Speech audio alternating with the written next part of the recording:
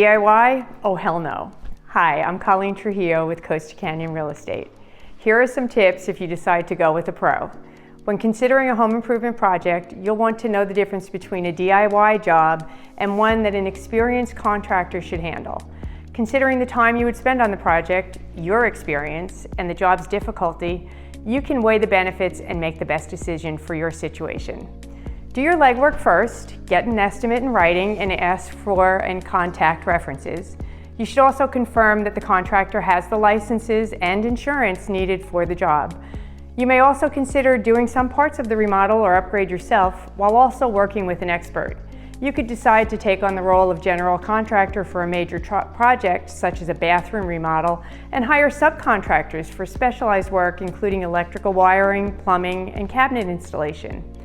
And if you don't know where to find a good contractor, ask me. I always have trusted vendors in my database. Call, text, or email me. I'm happy to give you a trusted referral.